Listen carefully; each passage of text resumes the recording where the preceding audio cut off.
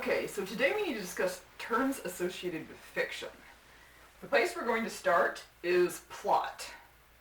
So the first plot we're going to talk about is called the L plot. It is also called a simple plot and an epiphany plot. The reason why it's called a simple plot is because, as you can see by the drawing on the board, there's not really a lot to it as far as being complex. It's called an L plot because it looks like an L fell over onto his face. Alright, so this is the one that you probably learned about in high school. You may have learned about more than one, I don't know. It starts with your exposition, moves on to your rising action, then of course you arrive at your climax or your high point, and then after that, your falling action. Very straightforward. So most short stories that you read are going to be based on this model. That's because they don't have time to do much else. Short story. It's called an epiphany plot because the climax of the story is often an epiphany that the character has.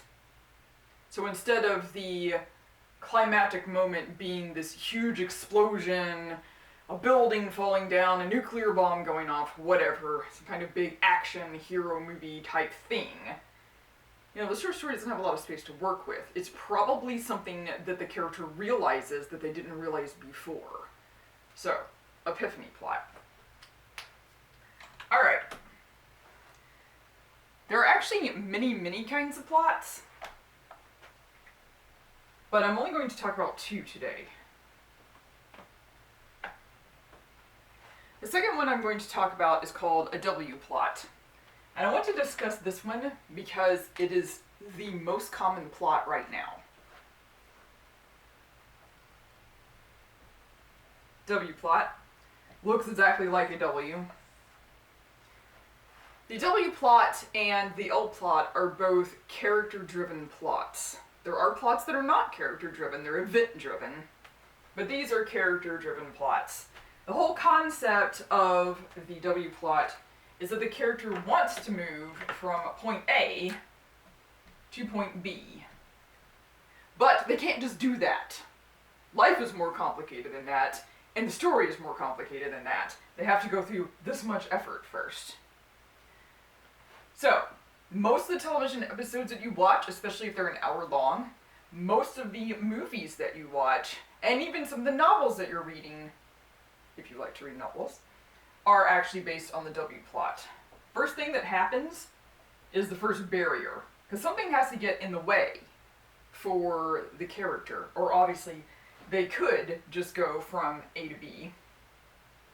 The second piece is the first turn.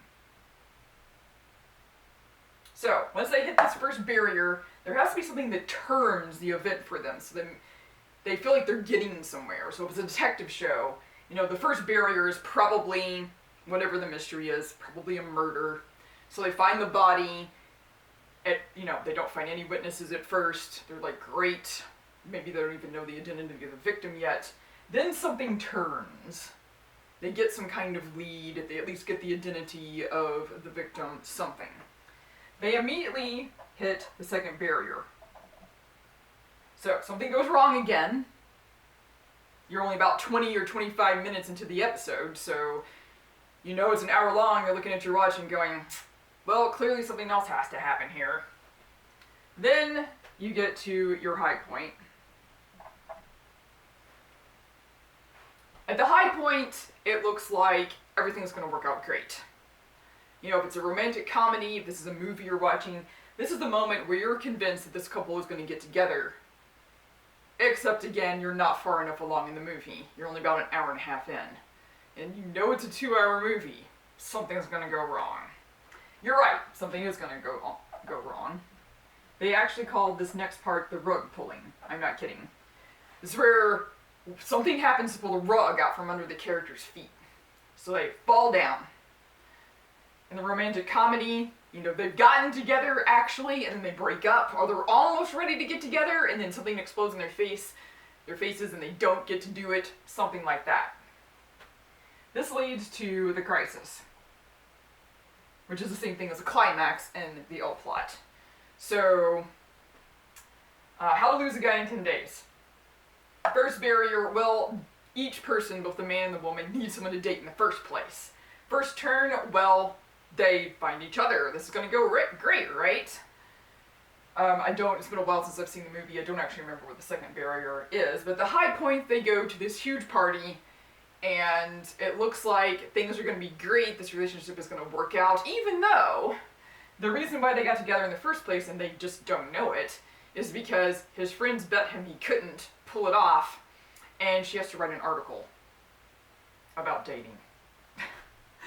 So, at the rug pulling moment in this movie, she finds out about his bet, and he finds out about her article, and it exploded at this party.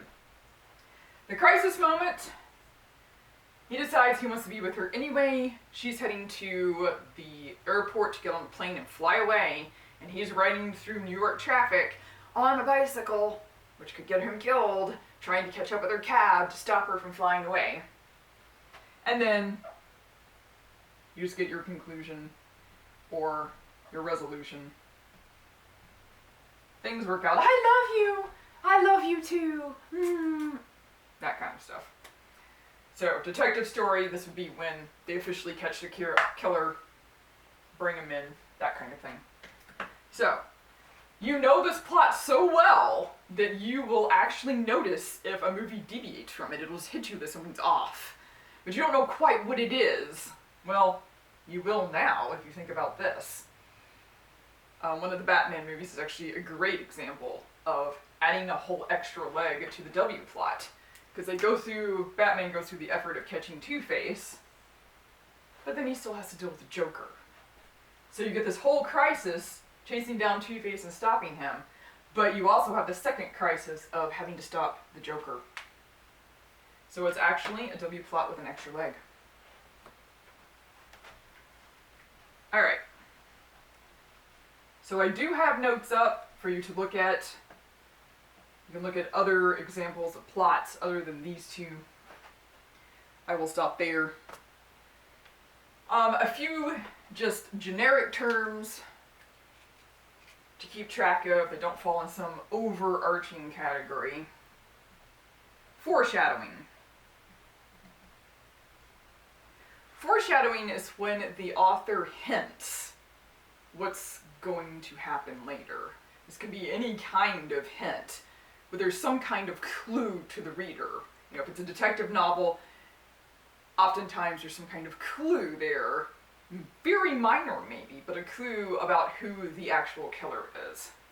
Foreshadowing is a good technique.